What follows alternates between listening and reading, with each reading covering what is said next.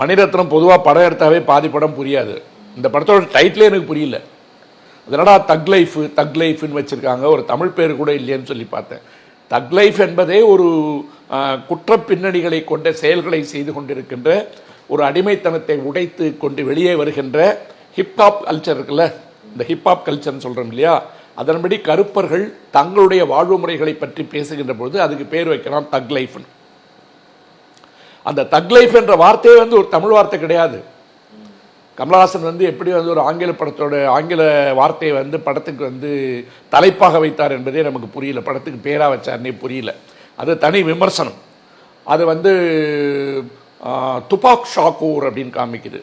போய் பார்த்தீங்கன்னா துப்பாக் ஷாக்கூர் back to அப்படின்னு போட்டு நியூயார்க் நகர வீதிகளில் வாழ்ந்து கொண்டிருந்த கருப்பர்களுடைய வாழ்வு முறைகளை ஹிப்ஹாப் கல்ச்சரில் பேசுகின்ற ஒரு ரிசைலன்ஸ் என்று சொல்லப்படுகின்ற அமைதியை உடைத்து கொண்டு வெளியே வருபவர்களாக, அடக்குமுறைகளை உடைத்து கொண்டு வெளியே வருபவருடைய மொழியாக அவர்கள் வாழுகின்ற வாழ்க்கை முறை தக் லைஃப்.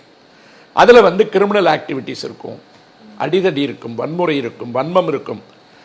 ஸோ இது அடிதடி கலந்த வன்மத்தை பற்றி அல்லது வன்முறையை கொண்டிருக்கின்ற ஒரு படமாக தான் இருக்கணும்னு அவசியம் தோணுது.